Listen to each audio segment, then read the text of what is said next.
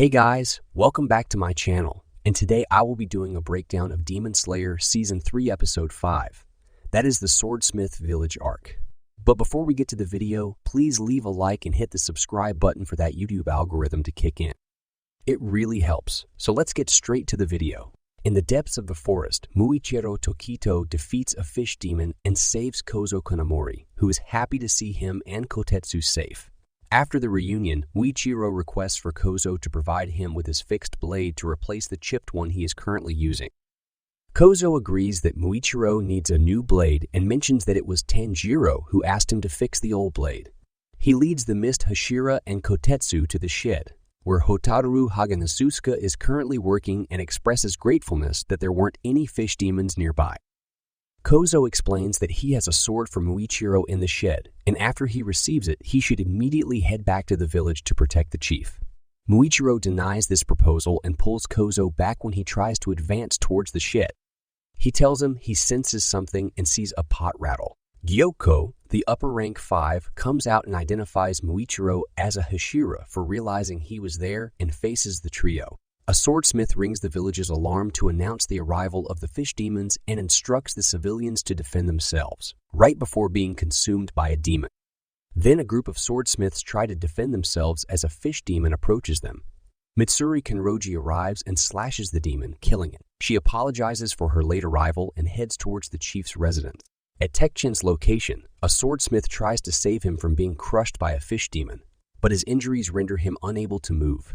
Mitsuri appears before him and instructs him to stay still to prevent his injuries from becoming worse.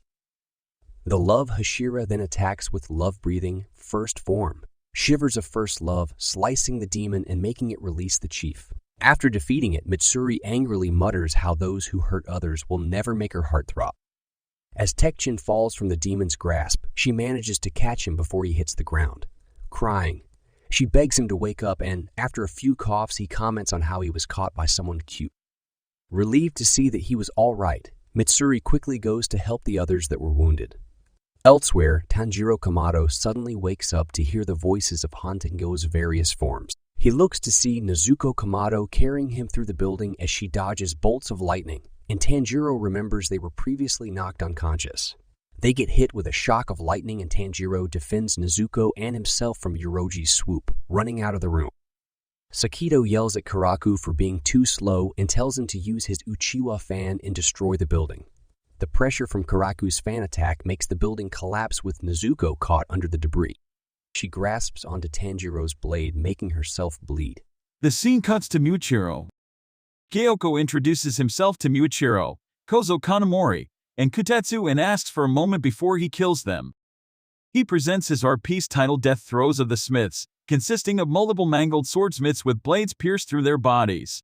The demon starts describing the details of his work while a horrified Kozo and Kotetsu name the swordsmiths. Gyoko taunts them by their reactions and twists one of the swords, resulting in one of the swordsmiths screaming out in pain. Aggravated by his demonstration, Muichiro attacks Gyoko, but he retreats into his pot before the Hashira cuts him. He reappears in another pot on the shed's roof, and Muichiro notes his ability to switch between the pots, then slices up the one on the roof. Gyoko swiftly switches to yet another pot, appearing out of thin air on the ground, and expresses great irritation at Muichiro for destroying his artwork. The demon summons a couple of fish demons, which surprise Muichiro with blood demon art. 1,000 needlefish kill and shower hundreds of sharp needles at him. Muichiro manages to dodge the first onslaught of needles, but is forced to take multiple hits from a second attack of needles to protect Kozo and Kotetsu. Muichiro tells them to get away as the fish continue to attack him. Gyoko stands on the side and laughs at Muichiro's appearance, which consists of multiple needles sticking out of him. He reveals that the needles contain poison and chides him for having to die because he saved insignificant people. Gyoko's words spark a sense of familiarity to Muichiro as he tries to remember where he had heard them before, suddenly recalling a hot summer day in a small abode. The demon expresses his eagerness to create a nice sculpture with a Hashira, but is interrupted by Muichiro attacking him.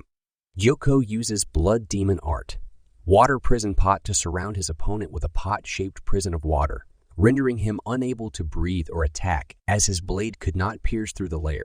He laughs at his predicament and proclaims the 12 Kazuki's desire to weaken the demon slayers and reach Kagaya Yubuyashiki. Now back to Tanjiro. Nezuko grasps on Tanjiro's blade, making herself bleed while Tanjiro begs her to let go and that he will find a way to move the rubble. She refuses to stop holding the blade and uses her blood demon art to set it on fire. Tanjiro notices the blade burning from the heat and is shocked to see it change color from black to red as it gets enveloped in flames. Through an inherited memory, Tanjiro Kamado sees an unnamed man and woman comment on how a swordsman with earrings had a blade that was normally jet black, but somehow turned red when he was in combat. Tanjiro links the swordsman's blade with his, noticing the similarities in their color changes and how his was thanks to Nezuko blood demon art. He pushes himself to ignore his body's fatigue and injuries and tells himself to meet the expectations of those who had helped him thus far. Sakido, Karaku, and Urogi belittle Tanjiro and rush towards him to attack. But they see the red sword in Musen Kibutsuji's memories trigger. The forms recognize the red sword as the one used by the demon slayer that nearly killed their master, and as Tanjiro swings his sword back, his motions greatly resemble those of the swordsman. Stunned, the three forms are then all slashed with the Hinokami Kagura, Dragon Sun Halo head dance. After decapitating them, Tanjiro recognizes the fiery sensation when cutting down the three demons as the same one he felt when he dealt the final blow to Gyataro at the entertainment district. He goes to look for Hantengu's last form, Azetsu, and sees him impaled to a tree with his own spear as Genya Shinazugawa stands in front of him, holding the demon's head. Tanjiro's relief over Genya's safety and the defeat of Azetsu quickly switches to horror as Genya turns to reveal a demonified face. So that's the end of the episode. I'll do another breakdown when the next episode airs. Till then, please leave a like and hit the subscribe button so that I can buy a P, as 5 or a P, C to be a gamer. It's my dream to be a full-time gamer. So till then, bye and keep being awesome.